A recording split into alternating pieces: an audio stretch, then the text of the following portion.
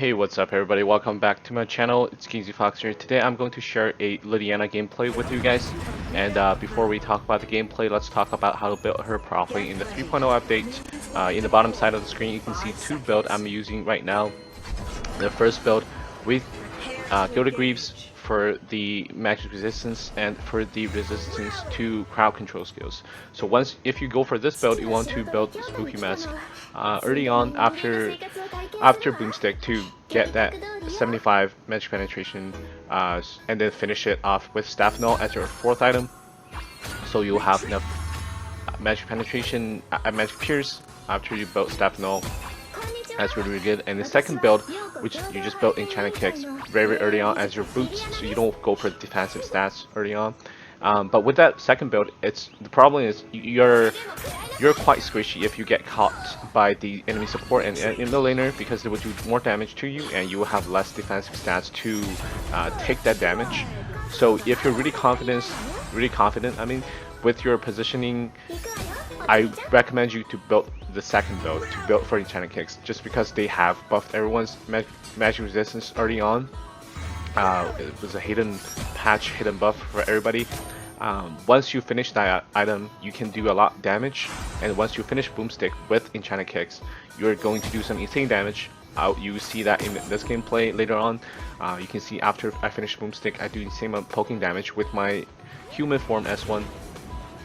So that's really good. So I recommend you to go for the second build if you're confident, if you're really good with your positioning. But if you want to build the first build, that is always good. That will work 100% of the time. So there you go. That was all I was going to talk about, how to build her properly. And just recently I find that after the new patch, the game is consuming a lot of power on my phone. I'm using iPhone 8 Plus, and if I keep playing for a very long time and then my phone starts to overheat a lot, and then my screen would just auto dim. So right now I'm trying to find a way to record my game so that my phone doesn't overheat, because sometimes when you use recording, my phone tends to use more power to get that recording done. So which is why you guys sometimes might see me using low graphic or medium graphics in my gameplays. And over here, this fight, you can see I'm not level 4 yet, so I'm going to have a hard time to help my teammate over here. If I get caught over here, you can't turn around, turn your back against the Quillen.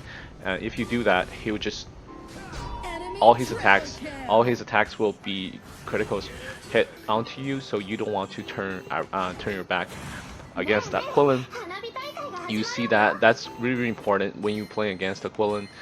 That can make sure that you take less damage from him if he jumps onto you, so that if you survive, if he doesn't kill anybody in a team fight, he cannot get the skill reset, which is going to make him quite useless. So that's a very important thing you do when you play against a Quillen. You're forcing him, once he uses ultimate to go into team fight, if you turn your back against him, he can't do damage to you, and then he can't get a kill, and that ensures him that just ensures he's going to be useless during that team fight. So now we just got level 4, so you can see me not clearing the wave. My point, I wanted to poke the enemy before, I wanted to poke the Ignis before he comes back into the lane. I didn't have the top side vision, I didn't know they were doing dragon, but they were doing dragon, so that was fine as well. You can see me just trying to turn away from that Quillen. I almost ran away from the auto attack, but he had the Holy Thunder up, so which is why I died over there. But thankfully our teammate came on time to clean up the fight after me, because they were too deep. They killed me under the tower, they were too deep in the mid lane, so which is okay, I guess, in a trade. And when you play Liliana with this build, I'm recommending you guys, you want to play safely. You can camp in a side bush first and then wait for the end of the mid laner to show up, and then you can do some great poking damage onto them, because you're inside of a bush. You're fairly safe when you're staying inside a bush. They have to guess where you are when you have the bush control. So sometimes you don't have to rotate to a side lane to participate in a fight your teammates trying to create. You want to play around the waves. And over here you can see I'm hitting 2 people with my Shining Light with my human form S1, and then just going after that. Because if you hit 2 people with their Shining Light in human form, you're gonna have a buff to do some maximum HP percentage damage, which is really good. You're pretty much just doing the great burst damage once you hit those two. And you can see again, I'm not trying to turn my back around Quillen, I'm just pressing attack instead of just moving away from him, because if you were going to move away from him, he's going to do more damage to you. Like I said earlier, he's going to do crit damage onto you.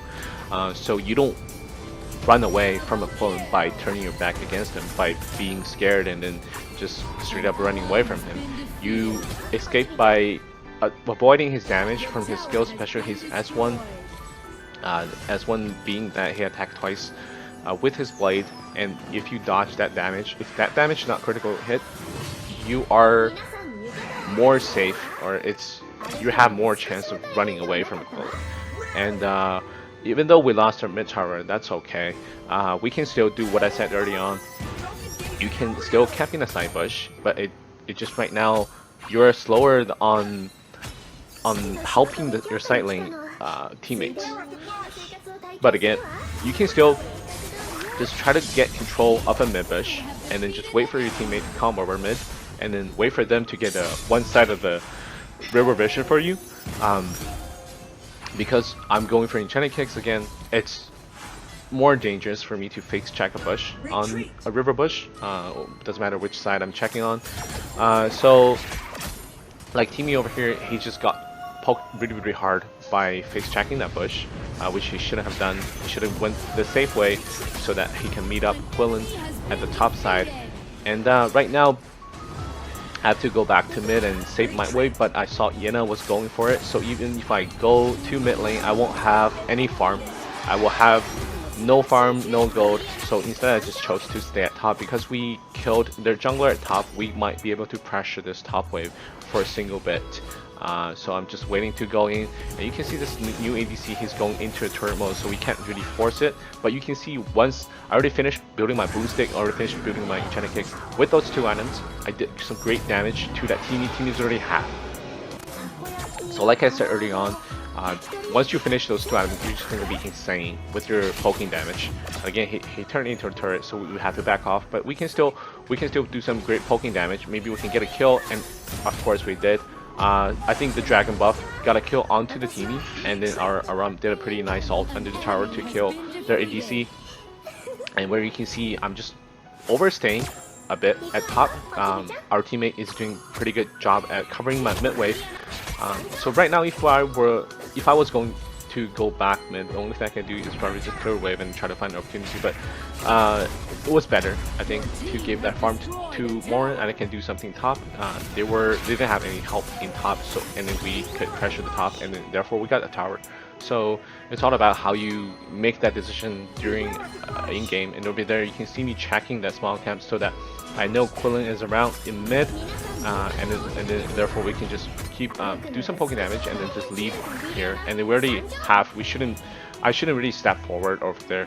And that's fine. There's no wave in mid, there's no wave in top. The enemy is trying to start a fight against us, which they shouldn't really be doing, because they already poked us low. All they need to do was just to go top and then try to pressure that tower, and then we can't match up rotation afterwards. But they try to force a fight. This is what I see most people, a mistake that most people make. They want to fight too much. And over here, I know that Florentino was in that bush, but I know that I had my ult, so I was trying to bait him into it. And in that situation, when you are in the same situation as me, you don't want to aim your ultimate at all. You just press it. I was just pressing my ultimate as fast as I could. Once it comes back up, I can just go into my invisible frame just to avoid the damage from Florentino. Because once you get knocked out by Florentino, you can be dead for sure. So in that situation, you just want to press it. You don't want to aim anything at all. And their DC can pretty much defend the tower. He's doing some pretty good damage, but you don't want to go into that. I think that's pretty stupid. What Superman just did over there, he's trying to push that turret, and I don't know whether you can push that when he goes into turret mode. But I think he doesn't move, so you can just do poke damage and then force him to move again, force him to get up and then move again. So we're just trying to pressure mid tower. Seems pretty low. Okay, we got it, and our Morin took Darkstare, which was really good. After that, because their mid laner has to clear the wave after us, we are rotating first, and then they just couldn't kill the Morin. Because I see Morin was doing such a good job at defending against those two people, I just tried to jump on the enemy ADC. I see Quillins around me, so I wasn't trying to run away from him again. I was just pressing attack the first second that he jumped on me. That's how you run away, like I said earlier. So this Quillin, I bet this Quillin is having a hard time killing me, because every time he jumps on me, I'm just facing him, not really turning my back against him, not giving him my back. So that's pretty much how you want to play against Quillin. Just make sure you're not afraid of him. Once he jumps on you, don't panic. Just stay calm. I feel like it's the same thing when you try to learn snowboarding. You can't just be afraid of the hill. You can't be afraid of the angle. You have just to face towards that angle, because you were going to be afraid if you haven't done snowboarding at all. If you're really afraid on when you do that, you're just going to tip backward, and then you're going to gain a faster speed on your board, so which is something you don't really want to do. It's the same, pretty much the same thing when you play against a Quillin, I guess. So on top of that, I think we're doing pretty good damage, but at the same time, this Morin is doing a good job at farming, at stacking his passive, at being tanky, and then just attracting most of the enemy's firepower. So that Quillin was just too slippery, so we eventually got killed with our Flax Swarm over here, and I think we're gonna end the game right here. So the most important thing about this game is how you want to play against Quillin, and like I said in the first part of the video, how you want to build Liliana. So I hope you guys have learned a couple of things from my video, and I hope you have enjoyed watching my video, and please leave a like and subscribe to my channel if you really enjoyed watching this video. And thanks for watching, and I'll see you next time.